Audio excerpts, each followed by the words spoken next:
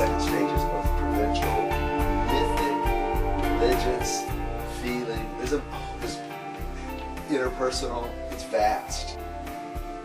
Well, good evening, everybody. Welcome to another episode and a series of the 7 Stages of Life presented by the Beezone with Frank Marrero and myself, Ed Reether, as part of the Beezone webinar series on the 7 Stages of Life.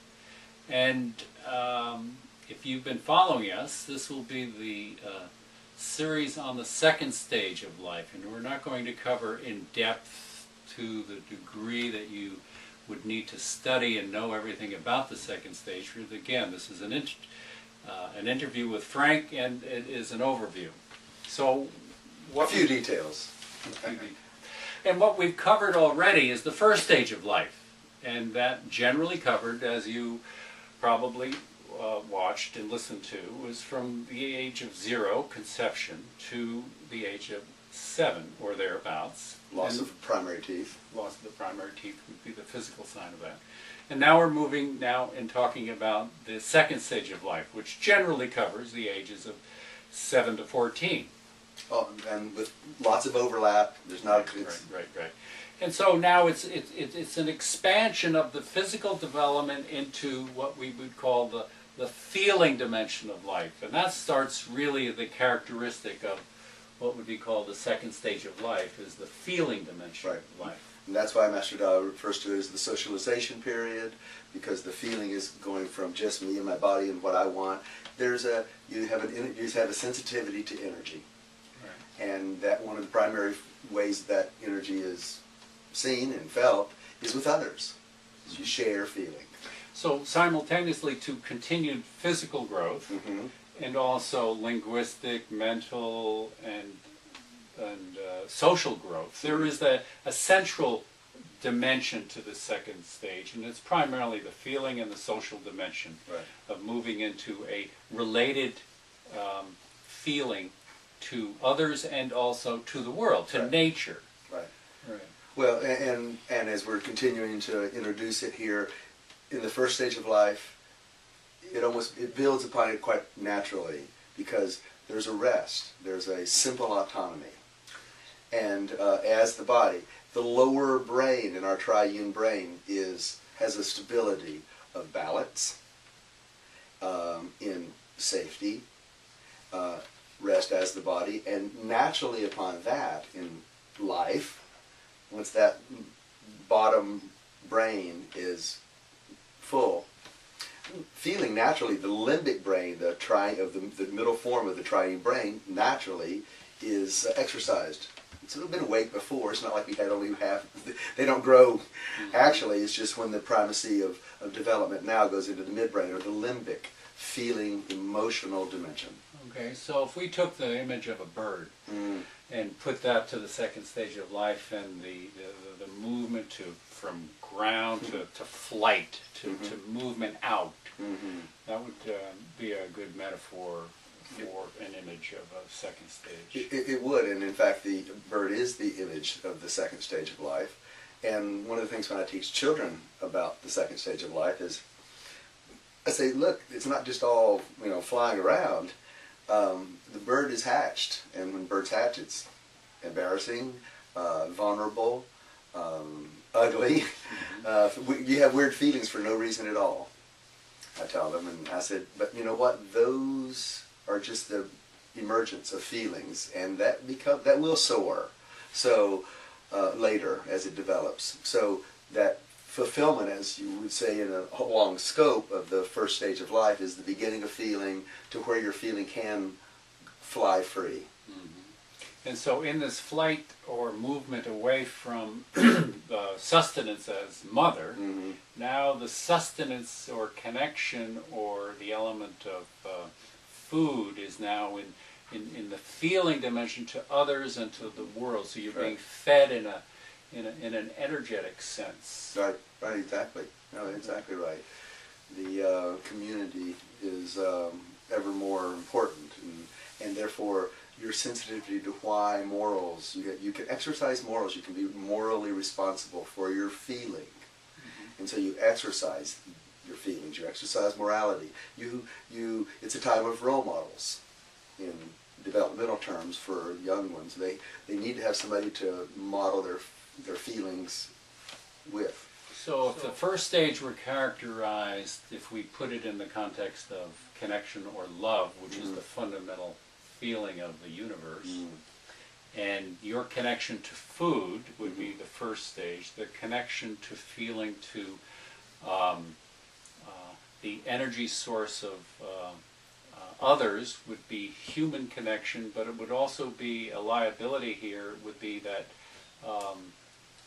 if fear would be a characteristic emotion of the first stage, then loss or sorrow would be a characteristic of the second stage, would it not? And so I guess with this, because as Adida says, the universe is a reflective mechanism, so in the second stage development, as you're moving out, you're always getting feedback, right? And so one of the liabilities is this, you have an inherent connection going on, but yet if you are misinterpreting what is happening, that you may get a sense of betrayal or a sense of you don't love me, and therefore I get a sense of betrayal. And therefore you're justified in not loving. Justified in not loving. Right. Justified in not giving that energy. In the need connection in Love of the Torah Form, the Master makes a beautiful point. He says, the sense of me is you don't love me. It's a cover for your own lack of love. So if you have like, well, what about me? That's really a cover for you not admitting that you're really doing, I don't love you. And so I'm not loving. And so that's a personal way that reflective mechanism will work. And it's one of the things second stagers can begin to be responsible for. Even though you feel rejected, you don't have to then reject others. So then the characteristic... Hang on, but let me add one more thing about that reflective mechanism. You were mentioning that. That's at the personal level. The other interesting thing about the second stage, because second stagers understand this back and forth reflective mechanism, psycho-spiritual biofeedback relationship to being alive. They start to feel the magical nature of things, what they feel, what comes back to you. In I Ching it says your thoughts go out 1,000 miles. How far do you think your actions go? So they've got to be sensitive to that. The second stage is becoming sensitive to that connection. Right, that interconnectedness. And so now that's socially. Historically, that would be then shown as the onset of what we call our world religions. In that kind of magical understanding. So, and each in their own province. So the second stage is both provincial, mythic, religious, feeling. There's interpersonal. It's vast what the second stage sensitivity and intelligence is capable of. Because as the mind develops later on, then if you're in this second stage of life and still have this mythical kind of sense of the world and God, then God is always in mythical terms, in ancient Abraham or the God of the hearth, the God of the threshold, the God of fire, the God of sun. That would be a very understandable, hopefully, way of appreciating the divinities or the powers of the feelings that are associated with all these things that would be called gods. That is the mythic understanding level of it. So it has those kind of historical ramifications. This is second stage reflected in history. In all of our tribal and provincial religions are second stage. Even though there's, in their communication and in their insistence, my God, So that first stage, which was more of the fairy tales, right? And now the second stage, we're developing the mythical stories of life. I just want to go back because myth, as a kid told me once, myths are true on the inside, just false on the outside. And that's a developed second stager that could say that. Absolutely. So there's truth in myth, and they can even understand that it's a myth. Some of them believe the myth in the younger phases of it. Because mind hasn't fully. In the later stages, they can understand it as a myth. They haven't gone to the next stage where it becomes then a principle, like in the third stage. but you're not limited to your own mythology. But in these mythological At stories, immaturity, sorry. right, in these mythological stories, morality now develops. That's right? right. Morality is now the foundation. Meaning. But Right. is the foundation of an ethical and moral character That's right. develops Right. in the second stage. That's right. And all the world religions.